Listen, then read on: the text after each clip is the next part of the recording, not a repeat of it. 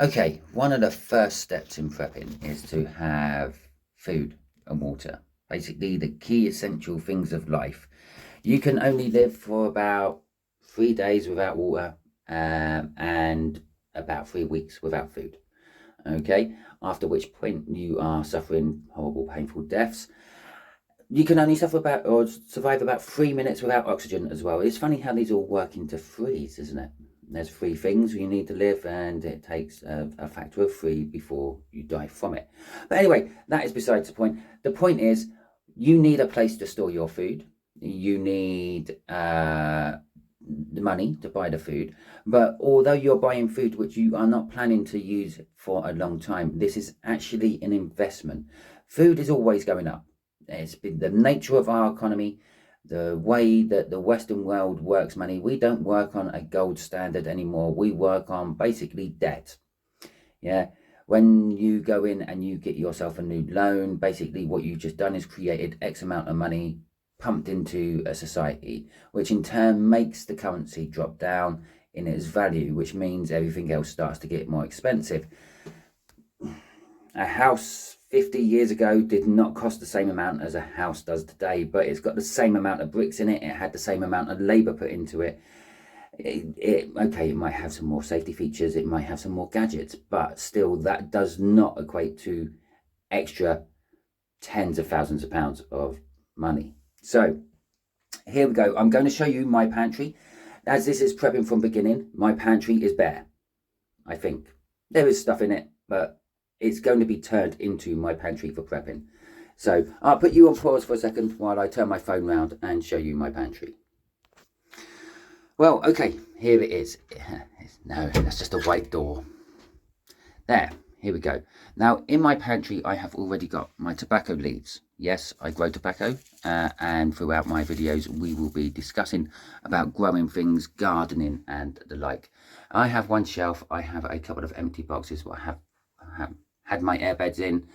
I've got some soaps, so I am clean, obviously, and my Christmas tree and a few plant pots and things for my gardening. Now, obviously, they will be stripping out. There will be shelves and stuff going in there, and we will be making a pantry out of this. I also have this, a thermometer. Now, this is a digital thermometer, okay, and currently it is 18.2 degrees in there. And I think I've got a button on there to change it to Fahrenheit for anyone who's American or using Fahrenheit. There you go. It is 64.8 Fahrenheit in my pantry. Now, I have no idea if that is good or if that is bad. And the main reason I have a thermometer in there at the moment is because I am currently, as we all know, I am starting this out right at the beginning. So, okay, as I said in my introduction video, there will be minimal editing in this, but this video has just been edited because I turned my phone round forgetting I had it on front view. You saw my messy room. I don't want you to see my messy room. Okay, my messy room is not part of prepping. Okay, so anyway, as I was saying, we have a thermometer in there. I'm trying to work out if that particular place I'm using as my pantry fluctuates in temperature the same as the rest of my house does.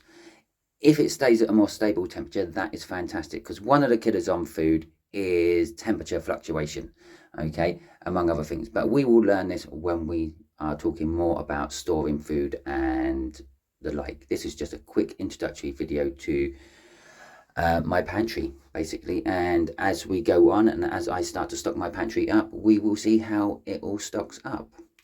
Now, I have already bought some bits for my pantry, and there are little bits of stories about that, so we will just put you on pause again. This is my version of editing, putting you on pause, walking around my house and then finding a new bit. Okay, but here we go. So this is what I have already bought for my pantry. We have got some tinned hams and some tinned beefs, corned beef, luncheon meat, tinned ham, and we have got some rices. Okay, now the story behind the rice is, yes, when you are prepping, it is better if you can to buy in bulk. You are getting things cheaper. The more expensive you're spending money on things, the less you're going to have, basically. So if you buy in bulk, so if you buy a 5 kilogram bag of rice instead of a 500 gram bag of rice, then you're going to have more for your money. This will be more expensive. This you're paying for more packaging, you're paying for more time and labor making it work. The reason we have got this and this is because I use special apps which get you money back. Now you can find these apps. This particular one I used was called Shoppermim, I think, or something like that. Now I only got a little bit of money back. I think I got about £1.50 back out of those 4 items, but that is still an extra £1.50. These cost me less than what I was going to spend, and it's rice. Okay, I have plenty of rice in my cupboards already because I like rice. I prefer rice over pasta. I don't have so much in the way of pasta. I have probably actually about 10 kilos of rice in my house at the moment, not including what's here.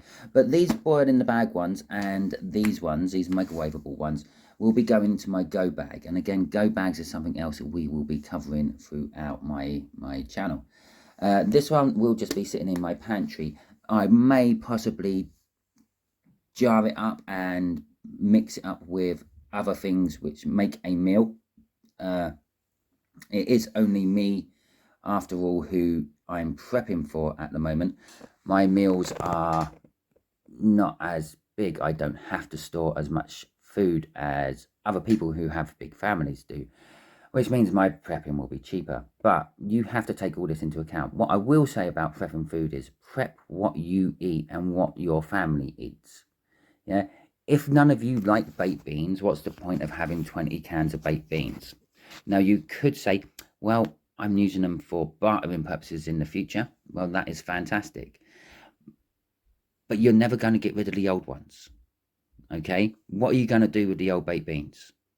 You don't like them, you don't eat them, you're just going to have to throw them away or give them away. Okay, but giving them away is not a bad thing either, because that will bring us on to community, and that would be what hopefully my next video will be about. Well, that is my little prep for now. I would have loved to actually had time to sit down and work out exactly how much all this cost for you, but however much it did cost, I actually saved myself about £1.50 on it because, yeah, I had an app. Okay, that is another thing.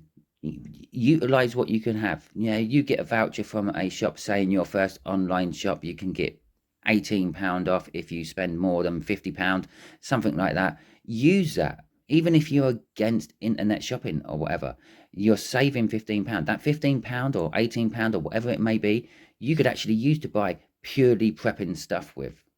Okay, you can do your weekly shop or your monthly shop and get up to £50. Yeah, hit your target, and then you say, right, I've now got my money off. I can buy extras with. I can buy more food, more tinned meat, more rice, more dried stuff. Maybe some sort of equipment you need, which you can't afford at the moment because it's quite pricey. Maybe you need a new set of kitchen scales, or maybe you need a new set of pots and pans. Maybe you want to buy a gas burner, and this particular place sells them as well. Utilize what you can around you all the time. This is one of the things which prepping is about as well. Utilizing what you have, getting fruit and not so much veg, but getting fruit and nuts and things from the wild. It's there. No one else is using them. I drive past hundreds of rotten apples on the floor, rotten plums and rotten nuts, where they just fall onto the street and no one does anything. They eventually get swept up by a road sweeper. It's a bit wasteful, really. Our whole society is a bit wasteful. Anyway, hope you enjoyed the video. Until I catch you on the next one, enjoy yourself. And remember, you can take a horse to water, but you can't make it drink.